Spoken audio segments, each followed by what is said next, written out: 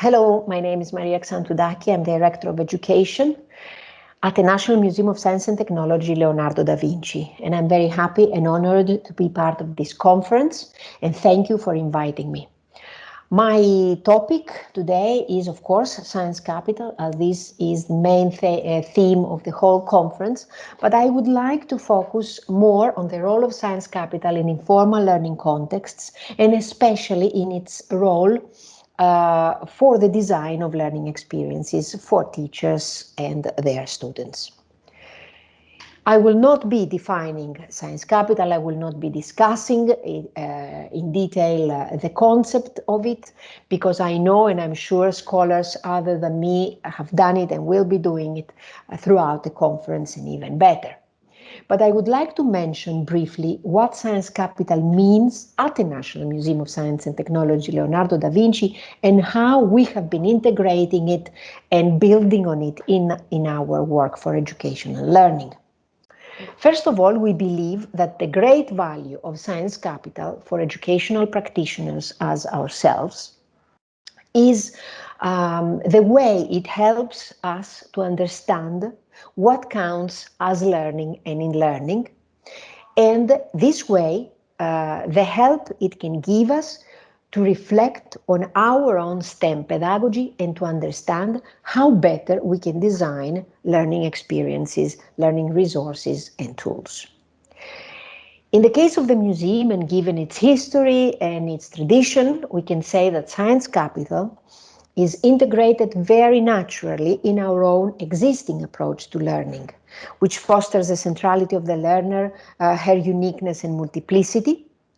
And of course, this all is embedded in the way we develop our learning spaces, our learning programs and resources for our different audiences.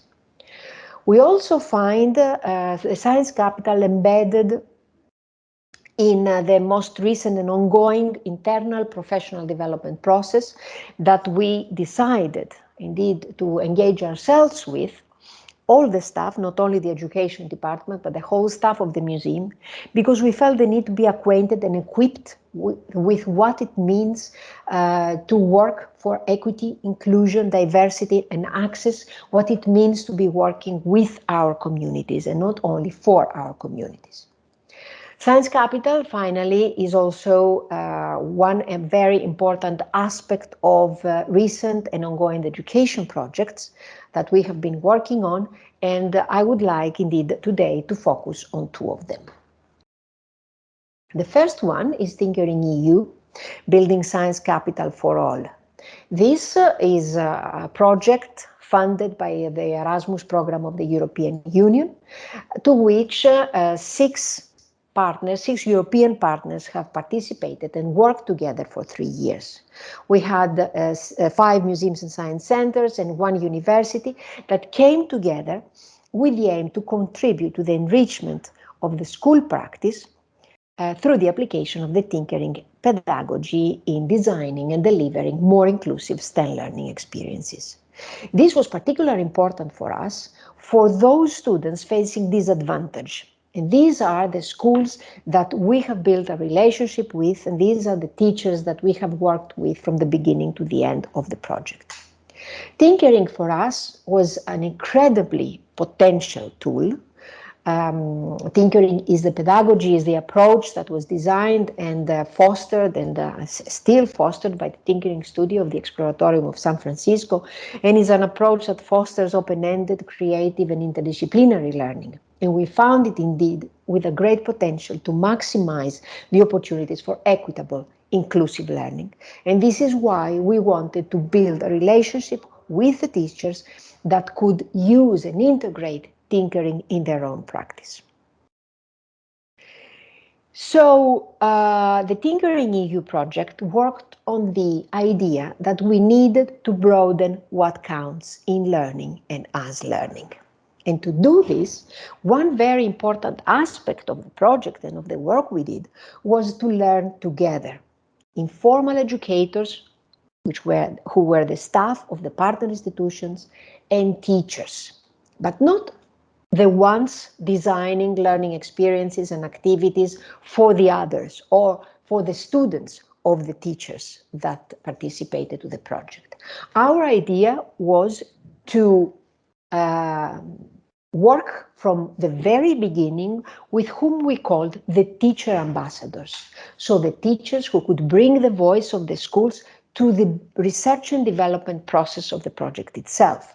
So we learned together, we trained together in tinkering, first of all as learners ourselves, and afterwards only as educators that needed and wanted to transfer this knowledge and these competencies and skills into their own formal or informal learning practice. The teacher ambassadors and the informal educators also designed together the training materials that were aimed at a later stage at a wider group of teachers.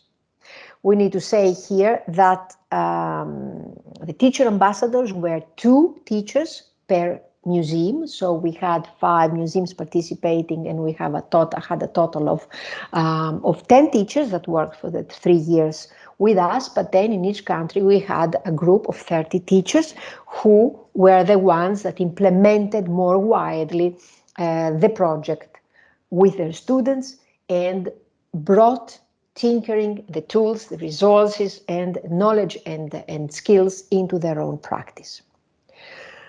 These training materials and these learning activities and that use tinkering as a pedagogy and the resources for learners were designed together.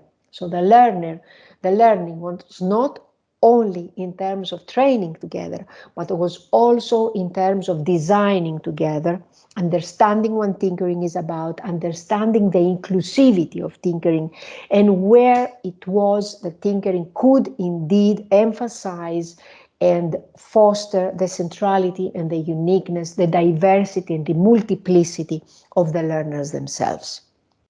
To do this, we wanted to look very closely and observe the practice of learning through tinkering, and to understand how tinkering and science capital dialogue between them, where it is that they overlap, positively overlap, because one has common characteristics with the other, but also one can inform the other.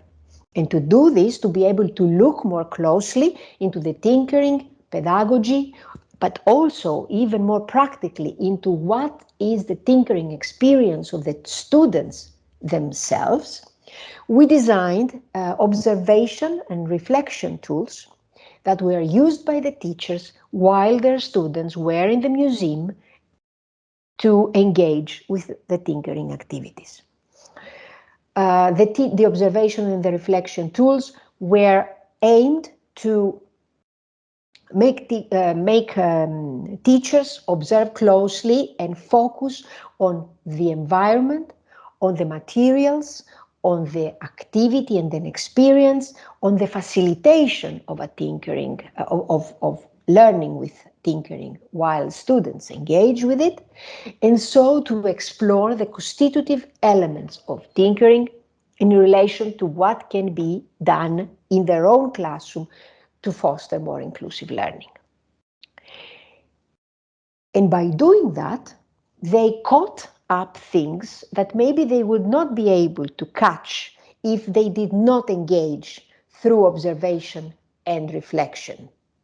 And this helped them to understand indeed how tinkering pedagogy can be more inclusive, how it can be transferred in the school practice, but also how it can support the students, and especially those that are in risk of disaffection, to develop skills in the area of resilience, of problem solving, of creating exploration, because of the way that tinkering can support learners to value their own diversity, their own personal knowledge, and their own science capital during and for their own learning experience.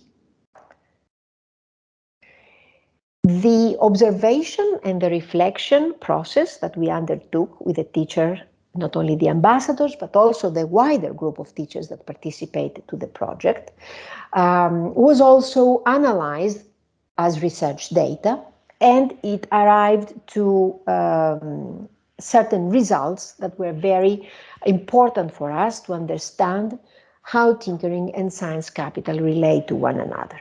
Now, the main finding of the project and of this process was that the tinkering and pedagogy can foster, indeed, a more inclusive approach to STEM learning for all students, and in particularly for those facing disadvantage in STEM learning with low levels of science capital. Indeed, if we go a little bit more into the findings of the observation and reflection process undertaken by the teachers, we can say that teachers indeed saw evidence of tinkering serving to level the playing field for those students with lower science capital. For example, those who identify less with traditional learning approaches because of the way tinkering values their existing skills, their interests, their talents. It encourages creativity, for the way it provides multiple pathways for success, and therefore the way it boosts their motivations and confidence. Another finding was also that the tinkering approach, and therefore the tinkering activities and experience, are strongly associated with supporting students who are non-native speakers, because it has such a low language demand, but also, and at the same time, it can encourage language development. So the teachers found this potential, this opportunity to be highly beneficial for their students. They found it as a way of developing broad-ranging skills, especially in the areas of collaboration, of teamwork, of problem-solving, resilience, and creativity. Therefore, as a consequence, the experience of observing tinkering in action and reflecting on what they were observing supported very much the teachers' reflections about their own practice and about how they could utilize some of these learner-centered aspects of characteristics of tinkering, for example, with regards of the environment, of the organization of the materials, of the organization of the collaborative work, of the way to facilitate learners in engaging with tinkering, how they could transfer and utilize and adapt some of these elements into their own practice. For the remaining time, case study number two is STEM Lab. This is a national project which addresses the peripheries of the countries. So it has interventions across the whole country of Italy, and especially goes to work and to address those communities that have important problems of educational poverty in young generations from 5 to 14 years old. Now, the aim of the project, which is still ongoing, is to empower schools, is to work on the school as a community catalyst, if you like, because the school increases their role as inclusive learning environment through the use of approaches and resources for engaging with STEM. And how did we do that? Again, here, informal and formal educators, so professionals from museums, but also community partners and schools worked together because they wanted to empower schools. They wanted to give them a more important role, a wider role in the community. And they did that, first of all, by designing and building learning spaces within the schools across the country, in those schools of the peripheries, that could become the context in which the young people with their own families could go, spend time in, and engage in STEM-oriented experiences. So we designed these learning spaces, we worked with the teachers, we designed and implemented a series of professional development courses in order to equip and acquaint those educators to see the school in a different way, to use these learning spaces for the community and not only for the teaching and learning of the curriculum. And on this basis, the teachers and the informal learning educators came together with a joint agenda. And this was a joint agenda for diversity and inclusion in STEM learning. which meant to build a new sensibility, to broaden what counts again in learning, in order to design for learning with the aim that the school embraces and works with the community, because educational poverty is not only a problem of the young generations, but it is a problem and an issue for their teachers, for the families, and in general for the whole surrounding community. And it takes an effort, a joint effort for many different actors to tackle and to, let's say, discuss and improve and do something for the benefit of everybody. So thank you for your attention. Here are my contact details. This is this website of the museum, and I would be very happy to answer to any of your questions, and of course to send you, if you're interested, more material about the work we did on these two specific projects. Thank you.